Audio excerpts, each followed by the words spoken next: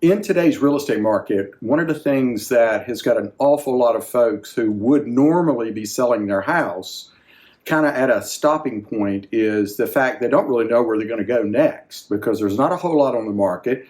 They're not sure how long it's going to take to sell their house. They're just not sure of how to get the domino order in effect. Yeah, I want to sell my house because it's a great time to sell because there's great prices out there, but I'm not really sure where I'm going. I don't know what's available to buy. I don't know what's available to rent. I don't know if it's going to be available when I get ready. But on the other side of that coin, you've got other properties that you do like and you want to buy and you see something, but you're not going to be able to buy it because you don't have yours on the market or under contract. And a seller over here is probably not going to consider your offer serious if you don't have your house at least on the market, if not under contract already. Well, we've been able to negotiate a number of these situations, and we have a few different mechanisms to do it. In the state of North Carolina, and a lot of people don't realize this, is the date that the buyer closes on your house. It's their house, and you're supposed to be vacated. The house is supposed to be broom clean, and it's theirs. They're paying insurance, they're paying taxes, all those kinds of things. So you're supposed to have moved. Well, there's always that wonder. What happens if the buyer gets in an accident? What happens if the buyer loses their job in the few days before closing? But what happens when you've already moved out? Well, it's the same worry that people have about not knowing where they're going. We have been able to use a couple mechanisms. We do have a state form. It's called seller possession after closing. And basically what that allows you to do as a seller, it says, okay, I'll sell you my house. We'll close on this date, but I'm going to get this many days or this many weeks, and I'm going to be able to stay in the house for that amount of time, and I'm going to pay you a reasonable rental amount for that, or we're going to just negotiate it into the price. All right, that's one way of doing it. Now keep in mind, there's a few things you have to always consider. If a buyer is buying your house and they're getting a mortgage, it's pretty likely they're going to have to sign a document that says that they will take possession of the house as their primary residence within 60 days. Plus, the buyer, if they're buying your house, they have to make sure that they've got insurance coverage as you as a tenant, because instantly once you sell your house, you're renting it back and whatnot, you become a tenant.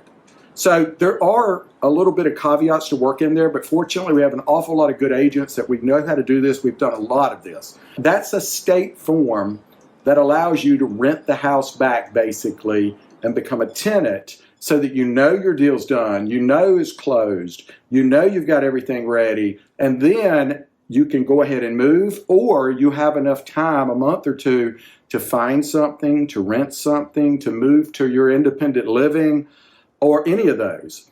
Well, then here's another obstacle. We just had this recently come up. We had some folks, great house. We were able to get it under contract, but their concern was they did not have a house picked out. They were moving to another town, and as soon as we put their house under contract, but they were worried they didn't want to rent the house back because it was a really nice house. It was going to be about $6,000 for 2 months to rent it back. They were like, well, what if I don't need it for 2 months? Well, that's not an option if you use the standard form of seller possession after closing. So what we did is we had an attorney prepare a one-page addendum that we can use, and it works out fantastic. It basically gives our client, the seller, an option to rent the property back for whatever the term is, 1 month, 2 months, 3 months, whatever it is. Gives them the option up until a certain date, and we typically tie it into the due diligence date. They have the option, the seller, of executing a rental agreement to rent the house back. So the buyer has already pre-agreed to rent it back to them if the sellers so choose to do it. Now, if the sellers do not need it and find something, they can make that move happen, which happened in this case. These folks went to Hendersonville, found something they wanted, and put it under contract, and they were able to work out with the builder to actually move in a day early there, which I don't, as a seller, highly recommend, just so you know. There's all kinds of things that can happen. But the builder said, fine, that's on their end. I wasn't involved in that deal. But our sellers So they decided not to execute the option to rent the house back before the end of the due diligence. So it saved them $6,000, 2 months rent. So that is a really nice tool. It's not a standard tool that you're going to see in a standard North Carolina form. And quite honestly, I don't know of any other real estate agents that's using this strategy. Now, there might be, but it's a great strategy to use. And we have done it a number of times. We've got an attorney that will prepare it. He has to review it because it's not a state form that a real estate agent can put together on their own.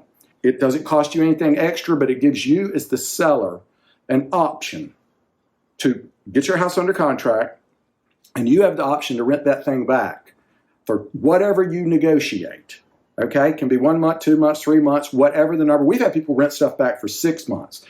You just got to make sure on the other side of that, if the buyer is borrowing money, they need to be careful of what they're signing because there isn't a document in most mortgages for a primary residence that you will occupy within 60 days. Now, if it's a cash transaction, it doesn't matter. But you still make sure you get all your insurances straight because the buyer of your house needs to make sure he has tenant coverage or like landlord ownership. And then you need to have what's called an HO6, which is basically you're just making sure you've got your personal property insured and normal liability because now you need renter's insurance. Sounds complicated. That is really all easy to do.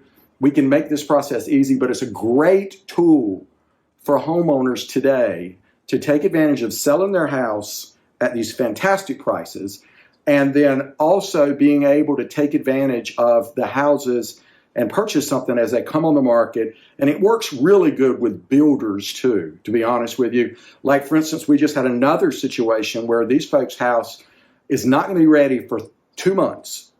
They didn't know, but I told them, I said, you want to get your house on the market now before everybody else does in the spring. We put it on the market.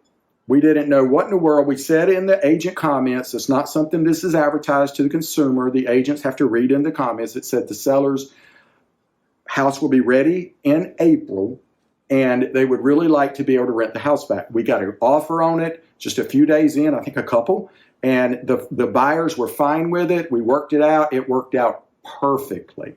So anyway, I just wanted to give you a heads up that there are ways to make and bridge that gap of the need for somebody to find somewhere, because most people, when there's not many houses for sale or for rent, or they're just not sure, you don't know where you're going, so it's chicken or the egg. Just make sure that you know that you're armed, you've got some options, and if you'd like to talk about this with me, I'm happy to chat with you. If you'd like a real estate attorney or two's names that can put this together, I'm happy to do that too if you've got your own deal going without me. We have done a lot of transactions and negotiations over the years, and we've learned how to be very creative, but of course stay within the guidelines and be ethical in everything that we do. You've got to do this at the front end, because this is going to be highly unlikely after you get your house under contract, you're going to go back to the buyer and negotiate to rent it back. They're probably not going to do it. They've already made their plans. They've fallen in love. They're ready to go. Hopefully this is helpful. Please give me some feedback. Let me know what you think.